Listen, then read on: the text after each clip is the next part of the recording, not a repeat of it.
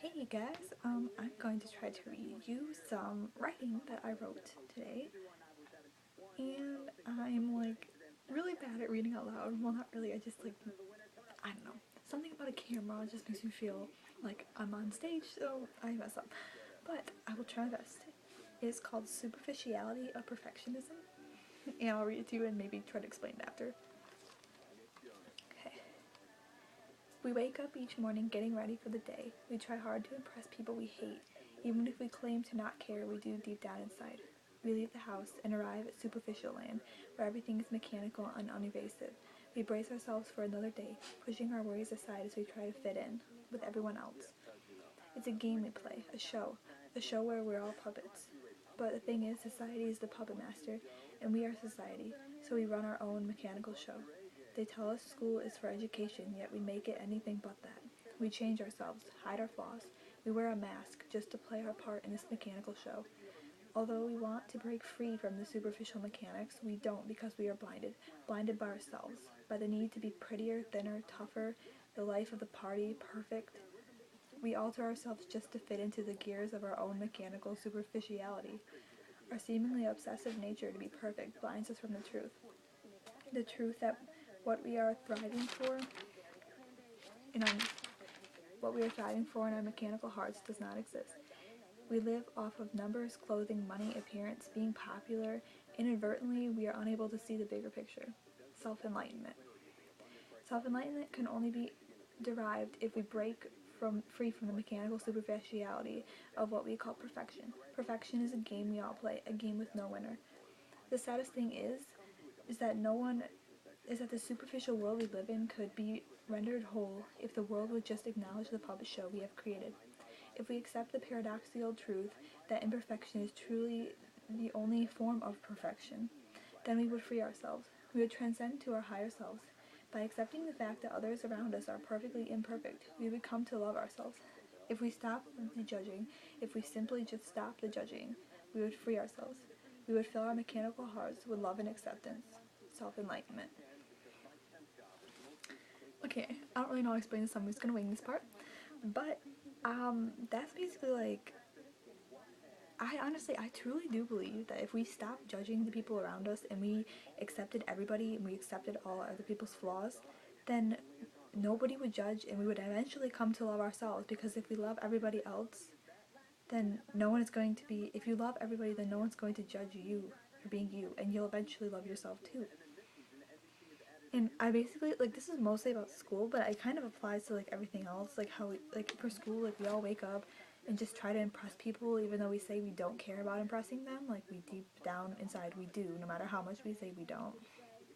And I refer to school as superficial land just because that's, like, basically, like, school is a huge part of like, teenagers' lives, and that's basically what we do every day is we get ready, go to school, and it just basically is like this game about trying to impress other people and stuff like that, and it's really superficial to me. And that's like the only reason that I even like the only thing that I even somewhat like about school is the fact that I get an education. And I would literally just go there every day by myself to get an education, as long as I could just talk to my friends, because my friends actually think the same, very similar to how I do about this stuff. We don't play, we don't like to play the stupid game that everyone else plays, as in, it's just, I guess everyone does play in this game that we run, but we play it without even knowing. Just by trying to be perfect, we are contributing to it.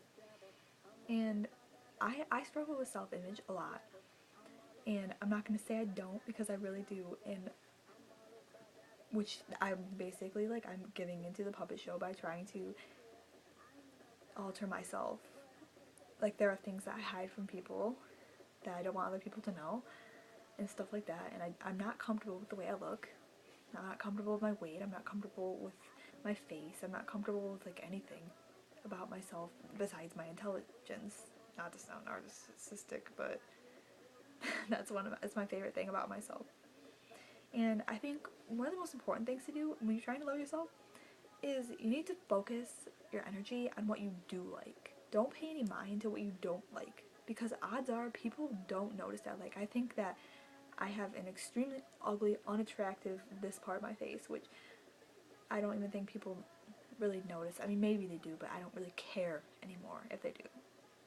And I'm really insecure about my body, and I think I'm too skinny, and I think I'm too bony and gross, but I mean, other people might not even, like, care about that. Like, I don't know. Like, I try my hardest not to judge people. I mean, there's obviously going to be thoughts that run through your head, but I think one thing that we all need to do is, even if we have those thoughts, we just need to, like, push them out of our minds and put ourselves into the place of that person, because you truly don't know what's going on in somebody's life. They could be great at hiding something that's bothering them and something that they don't want other people to notice about them, and you don't say certain things to people or judge people without truly knowing them, and you never really truly know somebody. You may think you do, but you don't, and I've experienced that a lot. Like, with one of my friends, one of my old friends, I thought I knew her very well, but it turns out I didn't. So yeah, now I've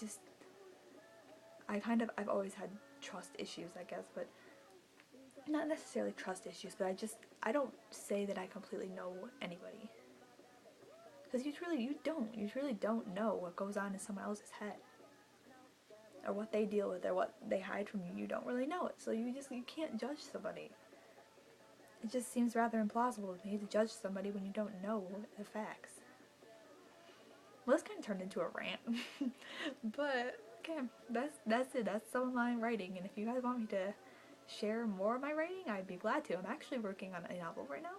Well, it's not really a novel. It's more of like a scientific, my scientific theories. I wrote them, and I'm calling it The Existence, and I'm got like 2 pages written. And I'm probably gonna make it like really long. I'm gonna work on it for a really long time, I guess. So yeah, that's basically it. Try to make this quick as possible, and it's still kind of long. But well, bye.